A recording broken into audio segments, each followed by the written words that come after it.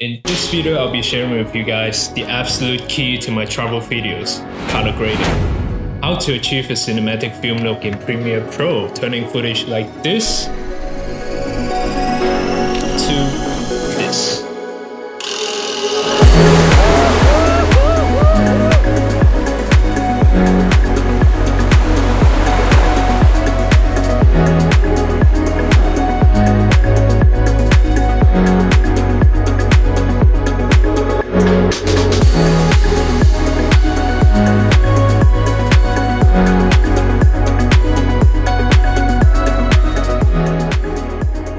What's up everyone, this is Typication here. You can call me a travel filmmaker, but really, I believe one shouldn't be bound by a specific title in this creative field, especially in 2021. 9 months ago, I finally managed to save up and bought myself a DSLR, and within the first 3 months, I was really lucky enough to land on my very first client.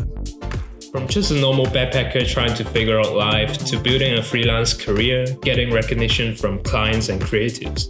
How? Make sure to follow along this amazing journey. We still have a long way to go. Today we are going to talk about one of the most, if not the most important thing that separates myself from the other creatives, which is color grading. Now, color grading is not something that you can master overnight. It takes time to develop that camera eye, whether it's through watching travel videos on YouTube. It's a constant process so that eventually you'll be able to develop your own creative, distinct look.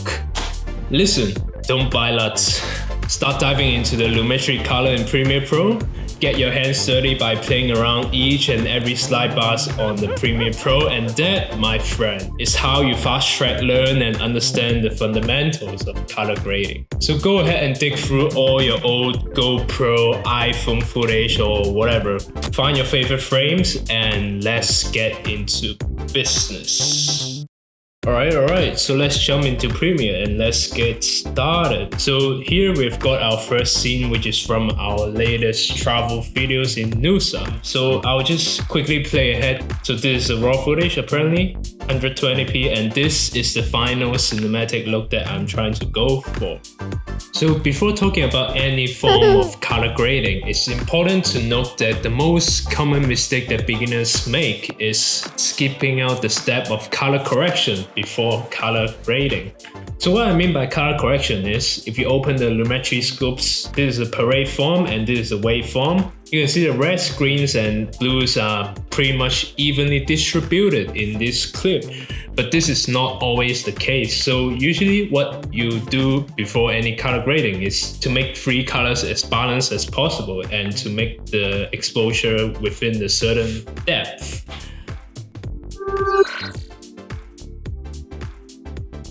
Nowadays, all my travel videos are shot in flat color profile. In my case, usually shooting at S-Log2 profile. When looking at other content creators' travel videos, you might wonder, how do they achieve this cinematic color look in their travel videos? The secret sauce behind it is that they shoot in flat color and they did it all in post-production, which I'm going to show you guys in a second. Alright, so going back to the color correction process, I will usually start by lowering the blacks. As you can see, we couldn't reach the 0 point, but ideally we are trying to reach the 0 point. In this case, I'll put -75 on blacks. And next, what I'll do is try to lower the highlights. Usually it will help you retain some of the details in the shots. It seems like the shadows is properly exposed, so I'll just go ahead and put -5. Boost up a little bit exposure. Probably 0.3, yeah, that looks good to me. Give it a little bit of white as well, +8, and saturation, yeah. Don't go crazy overkill on this. Usually my ideal bracket of saturation is 115 to 125, so in this case I'll put 115, and yeah, that gives her a little bit of skin tone color as well. Let's go ahead to the effects panel, type in lumetri color and drop it in. And now that creates another layer of effects of the lumetri color, which we can play with a kind of more of a creative look in it. So in this case, I'm trying to bring out the sunset vibe, so I would like the temperature to be warmer, perhaps around 35. About the tints, I was trying to go for a vintage look, so green's always the secret sauce of this. Gives you a rough vintage look already. The model's skin tone is going a little bit green, but it doesn't matter, like later we'll sort it out. And now we are going to the creative side of things. Usually I'll put faded film. That's my usual recipe, like within 10 to 15 just to soften out the blacks.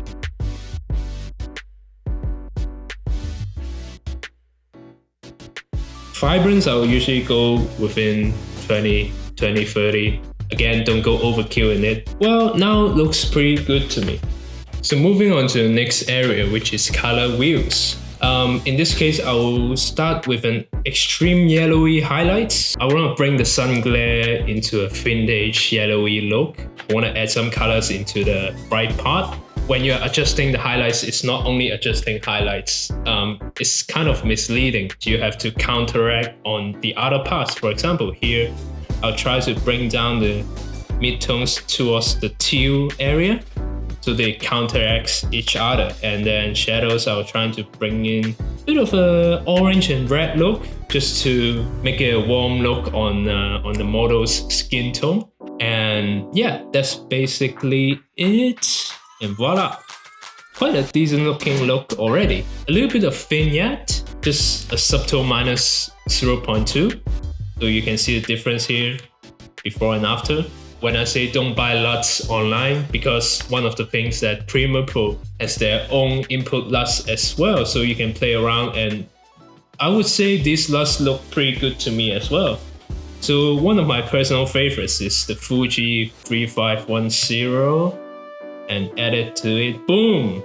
You can see the color instantly popped out. Again, don't go overkill on it. I'll put the intensity down to usually like 50 to 75, never go like 100.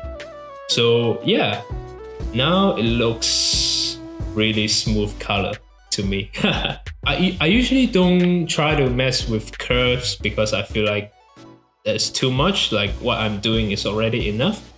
But one thing I usually do is to try to bring down the blacks in luma versus saturation, so that the blacks are actually blacks. It's not yellow, it's not orange, so that the blacks is not affected by the whole look.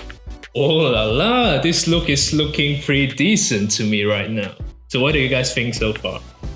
Alright, so make sure to follow along, as this is probably one of the last steps that we are gonna do for this clip, which is to fine tune her skin color. So what we are gonna do is head over to HSL secondary. It's pretty simple, but actually it makes a huge difference. I'll go ahead and select the color selector, drop the focus point on the places that you want to select.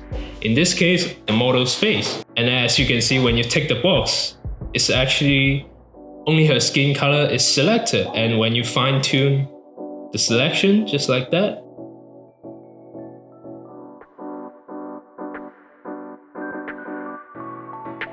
add a bit of denoise, add a bit of blur, and voila! That looks like a pretty good selection to me. What I'll usually do is boost up a little bit of contrast. In this case, I'll put plus 15. You can see that her skin color started to pop up. Temperature, I feel like now her skin tone is a bit too yellowy. So I'll minus the temperature to -7. A little bit too green, so I'll boost up purple, plus 5. Might as well give you a bit of sharpening as well, plus 5. And that should be it. Pretty simple, eh?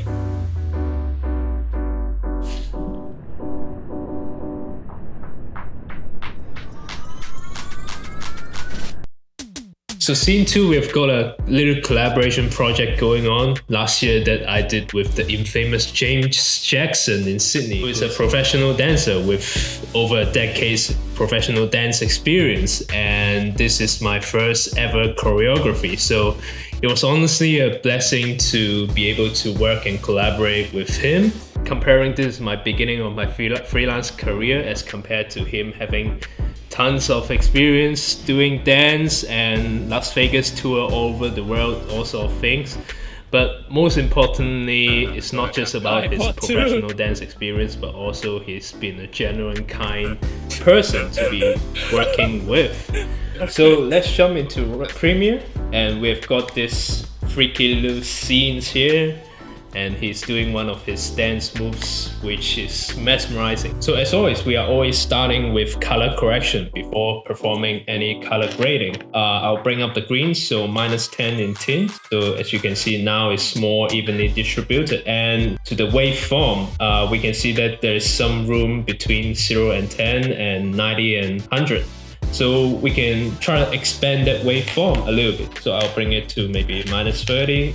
It's barely touching the 0, which is optimal. The whites, I'll try to do the same, up 30. Shadows, so overall now the image looks a little bit white, so I'll bring down the shadows to maybe 30, something like that. Try to retain the details, so bring down the highlights as well.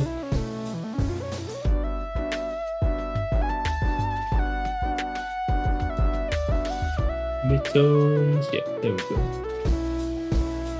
Cool, so we got our first color correction look. And voila, we've got a new layer of lumetri color that to be played with more of a creative side of things. So as always, we'll start by adding a faded film in it, because you see that half of his face shadows is a bit like losing the detail, so I would like to soften out the blacks.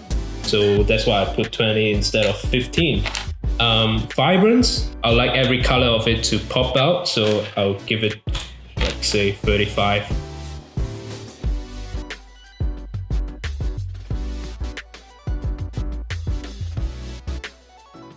Yeah, that's pretty much it. As always, add to the dramatic cinematic look.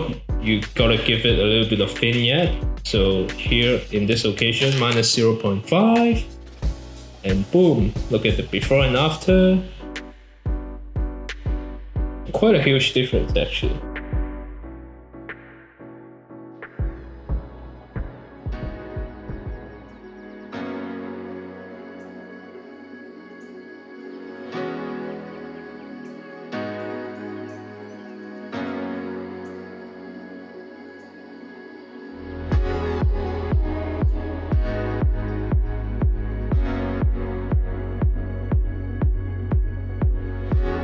Boom, so that's a wrap for today's color grading tutorial. If you guys managed to find value out of it, make sure to like and subscribe this video, share it to others. Just do everything that will help a small creator out. Come on, you all know what to do already. This video is about how to color grade, and if you guys are interested in how I shoot my shots, last time I did a cocktail B-roll tutorial. Link should be somewhere down below. So let me know in the comments down below, have you learned something new today, and more importantly, start creating! It's honestly not that hard to start creating. You just gotta start and voila! Share your progress in the comments down below as I reply to every single comment of yours. Again, things like color grading, there won't be any overnight success. So next time when you're scrolling through social media, try to interpret what's behind the creative's mind. So yeah, that's it for today. Thank you for staying until the end, rescuing my watch time on YouTube. Wait till we can all travel and meet again. Stay safe, make the best out of your downtime, and I'll see you all in the next video. Peace.